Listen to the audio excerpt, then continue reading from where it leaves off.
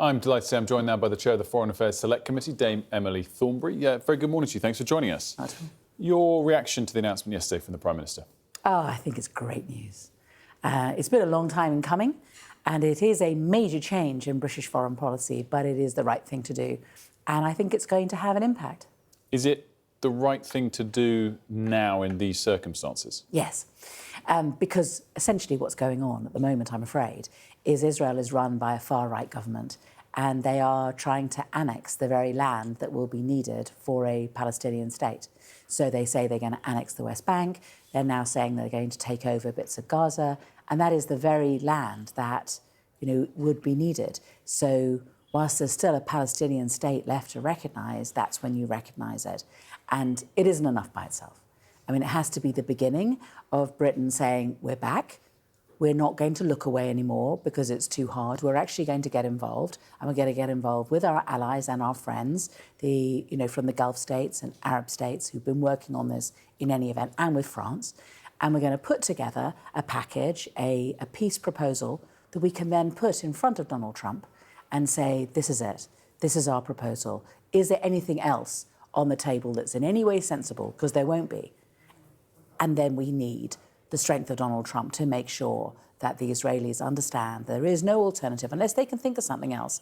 This is the way forward. I mean, it's interesting the conditions that have been attached to this, that the Prime Minister lined out, and we could sort of take this in both directions. But to start with, if Israel meets the conditions that were set, does that mean that Palestine no longer deserves to have a state recognised? I mean, I'm not here to speak on behalf of the British government. I'm here as the chair of the Foreign Affairs Committee. I think there's a little bit of within, if you don't mind me saying, I mean, we've not met before, but within the Westminster bubble, there's a little bit of looking at anything and kind of going, yes, but no, but yeah, but no, but. There is a bit of that. I mean, I think that it's possible that the Prime Minister has tried to reach over the head of Netanyahu and speak directly to the Israeli people and say, look, this is what you need to do. You need to be on a peace process. You need to get aid in. You need to stop the killing. And if you want to be involved in a more detailed discussion, you want us to change the timetable, we can. But we are your friends, and this is what we're trying to do for the good of everybody. And you have a leadership who just wants to continue with war. And 82% of the Israeli people want peace. So we have to take a risk. We have to take a step on behalf of everyone. We have a historic duty, in my view. We've been involved in the region for over 100 years. We were there with the French signing Sykes-Picot, carving up the Middle East. It was us that put forward the Balfour agreement, that was supposed to be, that there was supposed to be some recognition of Palestinian rights within that. We've not been doing it. So I'm so pleased we finally are. Listen, you can. Very legitimate criticism always of us, Westminster bubble, but I think I think it's fair. But I think there's also a cynicism as to the timing. There is a lot of cynicism. The timing of it, because of the emergency cabinet meeting, because of the threat to the Labour Party from the left with Jeremy Corbyn's party. I think that's why that question comes up. Just on the flip side... But it doesn't change the fact it's the right thing to do. I mean, the point is, it's the right thing to do, and it's the right thing to do now. Well, then it should have been the right thing to do at any point since the government took office. Well, it's part of the Labour Party's manifesto. Parliament, the whole of Parliament, voted in 2014 to recognise Palestine. Right. I mean, we've just been dragging our feet. But then it would seem... But now it's... then it would seem that part of the timing of something that affects people's lives in a profound way is because there's a threat from the left of the party? Well, no, I think there's been campaigning within the Labour Party and outside the Labour Party to ensure that the recognition should happen now. So, yeah, I mean, that's certainly a thing. But the reason that there is because it's urgent. And, and it seems as though the Prime Minister has listened and he can see, we can all see, we can hear what Ben-Gvir and Smotrich, the far right of this far right government, are saying about what the future of Palestine is. There is no future. There is no hope.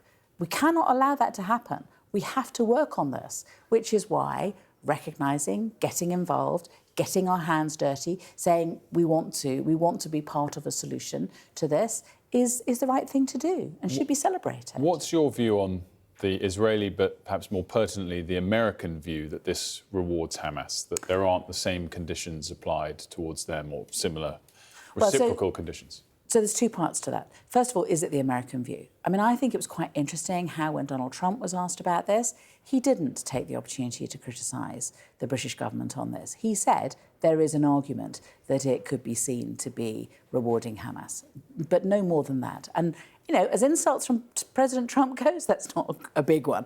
But let's answer the point directly. Whenever there is any sort of conflict, if there is to be peace at the end of it, you could say this is rewarding the people who've been involved in the conflict. I mean, what's the alternative? And also, everyone has said, and they're right to say so, Hamas has no future in Gaza. So nobody's rewarding Hamas. Hamas is off. Hamas is out. There is no place for Hamas anymore. Whatever happens... Should that be an explicit condition? Because I asked Heidi Alexander about that this morning, and it's not an explicit condition in the same way the conditions on Israel were outlined yesterday. I mean, personally, I think that, you know, if you have an inalienable right to a state, which is what the Labour Party manifesto says, and I agree with that, you can't put conditions on a right, can you? I mean, if you have a right, you have a right. But there's conditions on the other direction. There's conditions on the other direction in terms of, you know, the British government is going to recognise if you want to change the timetable, if you want to get involved in detailed discussions, we're open to talk to you. Please talk to us.